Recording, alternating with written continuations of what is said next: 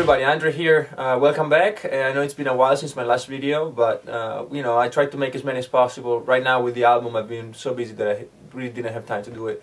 Plus the studio's a mess because, you know, when you record you have guitars everywhere and amps, and you see now about, you know, the setup. It's a bit complicated, and making videos is not the easiest thing to do in this situation. Okay, so but the album is done. I'm recording my last solo today probably.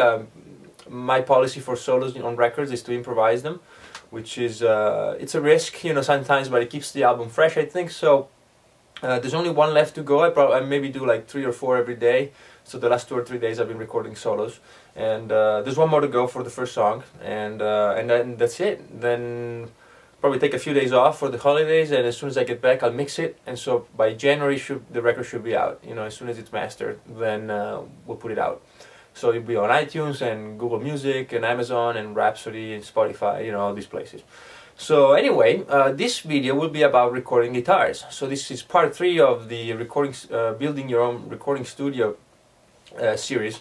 And I really wanted to do this video before, but before I didn't have all the equipment that I really wanted to show you. And now that the equipment has come in, it's you know, it's being used for recording, so I haven't had time to actually use it. I mean, to actually make the video. And so right now is a good time before I set everything down and put the studio back into its normal shape. So for this record I've been using mainly a real cabinet with real microphones and real preamps and stuff like that. So we'll discuss that. But we also will discuss something that I've been using in the past, and I've also been using for soundtracks on this record, which is not it's not a shortcut. It's just another way of recording, which is sometimes just as good as recording with the cabinet and microphone, which is direct recording. So there's a few options to do that, and we'll discuss them. Alright, so first of all, let me show you what my amp looks like right now.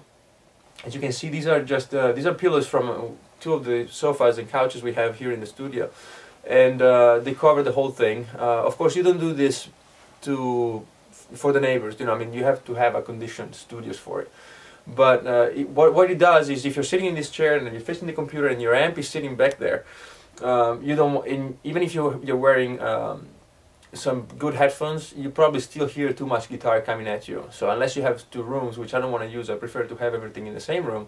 This allows me to, at least the sound that comes straight at me, you know, to not be as loud. So when I put my headphones on, I don't actually hear the amp. I just hear whatever's coming out of Pro Tools. So that's really important, and you can use pretty much anything. Don't think that this will in any way keep you safe from the neighbors' complaints. So, you know, you can't just crank an amp. Besides, you know, these big amps have to be played loud, so this is very loud when I record. And so this really only helps you to not have the focused sound on you. You know, the sound will still come out from the back, kind of, because it's a closed cabinet, but from the top, definitely. So if you just walk a bit closer to the amp, you'll hear a bunch of noise. So, but it's good advice if you're living in an area where you can make noise, even if just during the day. Then something like this will really help you keep everything in the same room. And of course, if you're close micing it like I am with this record, it won't affect the sound at all. The microphone will be very close to the speaker, and it will only pick up whatever coming in that direction. So don't be afraid of doing it. You won't create any boxiness or you know, altered bass response by doing it. You know, by the time it hits by the time the sound hits the pillows, then the microphone would already have picked it up. So it's already on its way to your sound card. Right, so that's a good advice. So you saw it in the video. Now I'll show you how to place the microphone, okay, and we'll have a look at that. And then we'll have a look at how I record the rest of the guitars. Alright, so this is the main setup that I've been using. I'll show you all the other stuff that I've used as far as amplifiers and you know, preamps and all that stuff. But this is really the main setup, although I used different microphones at one point or another. And this amplifier is actually another option for recording, which is a jack in the back that goes straight into your sound card, and it's a simulation of a Marshall cabinet. And it's not as good, of course, as putting a microphone, although I wouldn't say that it's not as good, it's just different. And I have been using it for a few things. Some of the solos, actually, I've been recording with the direct output. and it just has a kind of a slightly different feel than an actual cabinet with vintage 30s and the microphone, but it's pretty close to the sound, and you're not trying to copy it, you're just trying to get a different kind of feel for it, and that's what it provides. So it's really cool. This amplifier actually has this option to record direct, and I imagine if you're having problems with, you know, maybe you're even in an apartment and you have issues with sound, then it's a great option and you can get some really professional results with it. But anyway, so the main thing is just a standard 57 microphone, and the placement of it is very important, and in case you don't know how to do it, I'll just show you really quick. You can set up the microphone either at an angle or straight. I prefer the straight option. It's just at a very slight angle, and that's something you set up later. You know, first you get the real the good position you want, and then you actually angle it, but just I'm talking about maybe a centimeter off axis. So the main thing is you have two options for miking a cabinet. First of all, you have to choose the speaker you like best. So that means playing the guitar and just go on your knees and listen to all of them, see if you find one you like better. And that's no guarantee that the microphone will like that speaker better, but it's a good place to start. And then you can point the microphone at the speaker. So there's two options. One, you point it right at the center of the speaker, and that gives you the brightest sound, more aggressive sound, and then you can move it outwards towards the rim and the edge of the speaker, and that will give you, as you progress outwards, a warmer sound. So how do you know? Because if you have this grill, or you know, Marshall has grill. I'm using a Palmer speakers, by the way. They made these for me with the vintage 30s. It's all handmade in Germany. The wood is great, and they sound amazing. So I've been using, you know, I've been using Marshalls for all my life, and now that I can work with Palmer, it's been great. It sounds amazing, and I'm really happy with it. And they make them with all kinds of custom speakers, and you know, just check out their website for more info. They have it's a really good product actually. So anyway, going back to the microphone, how do you do it when you have the grill?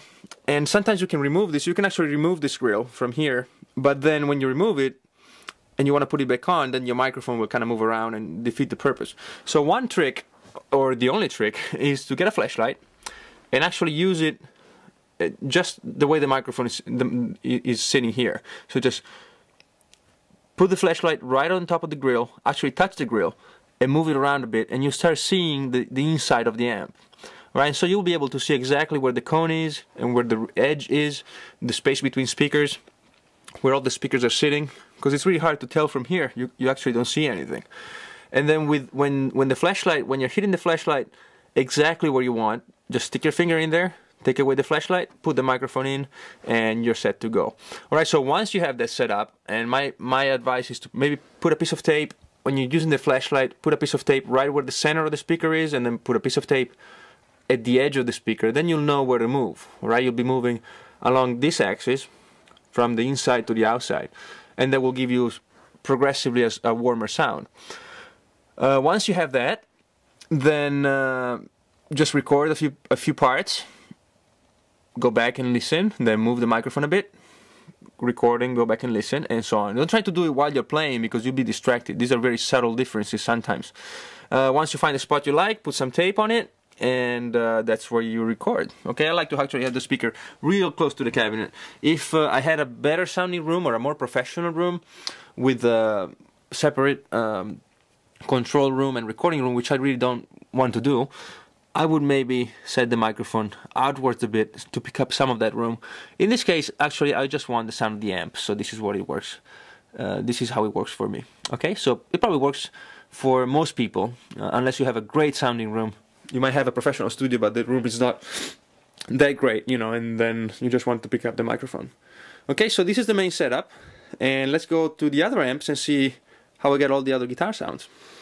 Alright, so actually, as a matter of fact, now that I'm seeing the bass guitar, I'll just show you really quick how I'm doing the guitar parts, how I'm recording them. There's some foam on the floor, don't mind that. It's my old Gibson, which is a great guitar. And these are the amps. So I have an Engel Powerball, I have an Orange, a Tiny Terror, plus a few other amps that I borrow once in a while if I'm recording. And so these amps are actually set up in a different way, although I have recorded, I think, a few tracks sending this amplifier. I think, was it this one? Maybe the Orange? I don't remember. I have it all written down somewhere. I'll never you know, read again. But anyway, maybe I was going from the angle to the Palmer. I think I did that for a few tracks, but usually this amp is set up as a separate amp, and this one too. So I think I'm going from the angle into this transducer, which is an amp, a speaker simulator, and it's great. It's a newer model. It sounds really good. So this lets you, let me see if I can zoom, focus. Well, anyway, those switches, there you go. Close and ambient and condenser and dynamic microphone, open and closed. These simulate a cabinet, so it lets you dial in different sounds. You can simulate, you know, different kinds of speakers, different kinds of woods and configuration, 212s, open 112, for example, and stuff like that. So it's really cool. And so you kind of set it up according to what amp you're using. And then the orange amplifier, the Tiny Terror, goes into my favorite speaker simulator, which is the Palmer PGA04. I've been using this forever, and it's a great unit, really simple to use, and it has tons of sounds. And this actually sounds exactly like an amp with a microphone. The whole Power of Fantastic album, almost all of it, was recorded with this, and it's great. And at the time that I recorded that album, I didn't have a professional studio set up, and so I couldn't make the noise that I'm making now, and it was great. It was the difference between making an album and not making it. So this is really a must-buy, pretty much for any guitar player.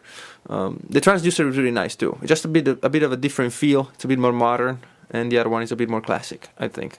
So that's why they're paired like this. The angle goes into the transducer, and the orange goes into the Palmer. Okay, what else? Let's see. Well, oh yeah, then the bass guitar. This is a Lackland that I'm using. This one goes straight into the Universal Audio LA610. I made a video on preamps, so I won't you know, repeat too much. Just, it's a great preamp. It has a pre-section and a compressor section by Universal Audio, and it sounds great. I'm using it mainly for acoustic guitars, for bass guitar, and sometimes I just throw some stuff in, maybe a direct guitar or, you know, stuff like that. It's a very nice preamp. Most of the guitars, let's see, these two guitars, the Angle and the Orange, go straight into the sound card, which is Fireface UFX. Great unit. Okay, so this is what gets the sound directly from the outputs, and also I think, oh no, for sure, yeah, the direct output from that amp also goes into here. It doesn't go through any preamps.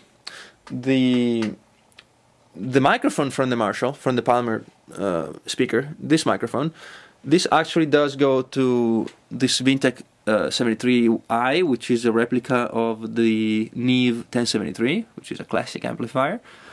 And from here it goes to a Universal Audio 1176 compressor, which is not here right now. It's out for repair because the needle broke, but that's where it sits. And so it's in the chain, almost never used except on leads and melodies, which means actually it's used pretty often, never on chords or distorted guitars. And then from here it goes into the sound card. So this is pretty much how I recorded the guitars. I know it's about how I recorded for the record, but I think you can use this information, you know, with whatever situation you're in, what kind of band you're in. It doesn't really matter. I just explain it to you like this based on what I'm using, because you know, you can always go back and listen to the sounds, and you know, it's something that's there for you to compare with. But you can use, the techniques are universal. So I think the most interesting thing is how you can record guitars nowadays with different methods. You can record without making any noise, and you can record making a lot of noise. You know, so that's the main thing. It's a lot of freedom for guitar players. You don't need a big studio to do great sounds. And you can actually do it in your room, you know, with the stuff I showed you. So, I hope this is useful. The record, as I said, will be out next year, very early next year. And I'm hoping to do a short series of videos explaining each song, maybe play a little riff to use for a little bit of a, you know, a guitar lesson for each one of the songs. And then maybe give you a little preview of each one of them. And if you have any questions, I am actually very busy sometimes, so it's hard to answer, but if I see people actually asking questions, I might not answer the comments, even though thank you very much, you've been so kind with your comments. And but if you ask questions, I usually, if I see them, I'll reply. It might take a while, but I will. All right. And one more thing, thank you very much for all your help with the Knowledge for Charity initiative that we started a long time ago, and clicking those ads really helped. And I'm waiting now for the first check to come in from Google, from YouTube, and we'll make a video shortly about where the money will go. We already have something picked out, and it will be something very useful for a lot of people around the world. Alright, so thank you very much for checking this out. I think the series is over, but if you have more questions about something that has to do with recording studio, especially building it at, at your house, or if you already have a room for a studio, then let me know and I can always add a part 4. Okay, so thanks for watching, and I'll see you later. Bye bye.